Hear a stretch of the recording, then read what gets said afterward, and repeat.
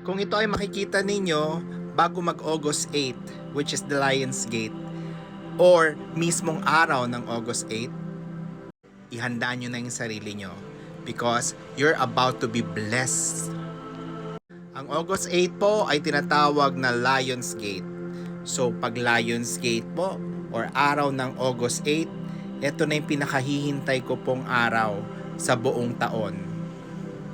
Kaya kung gagawa ka ng ritual, yung ritual na gagawin mo will be very effective. Dahil ang August 8 ay napakalakas na araw upang mag-manifest ang inyong kahilingan.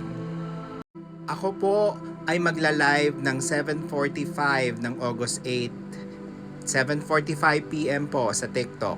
Akin din po i-share ito sa FB. So ang aking live po ay para po doon sa mga taong gusto ma-mention sa manifestation ritual ko po. And I have another thing na ginagawa po kapag August 8 at aking i-share na po sa inyo. Kapag dumating ang araw ng August 8, mag-deposit ka lang sa sarili mong account ng 888.88. This can be through other digital accounts. Basta make sure within the day, within August 8, makakapag-deposit ka sa sarili mong account ng 888. Second na pampaswerte na aking ginagawa po pag dumarating ang August 8, ako ba'y sumusulat ng aking kahilingan sa bay leaf. So kukuha ko po ng bay leaf, then isusulat nyo po dito ang inyong ultimate na kahilingan. Then you're going to burn this. Be careful ha, use tweezer or use chane sa pagbaburn po nito. Dahil mabilis po siyang masunog, baka kayo po ay masaktan. And then blow the ashes away from your main door.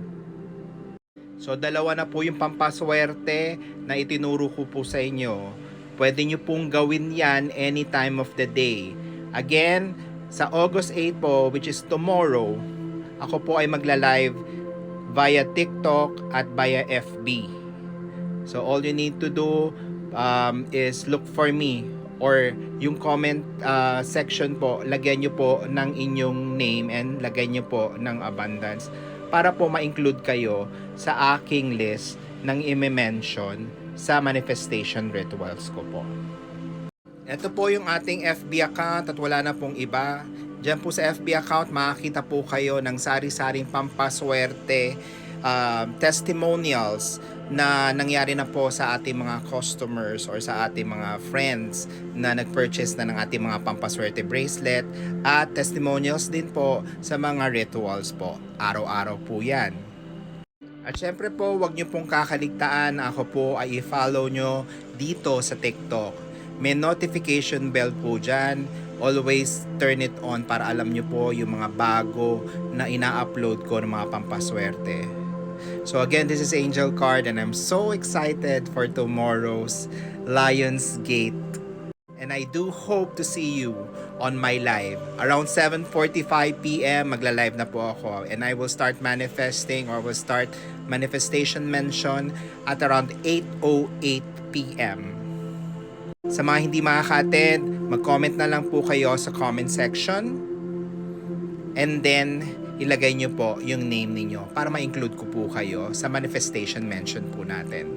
Again, this is Angel Card saying love and light to everyone. And let's stay positive and happy.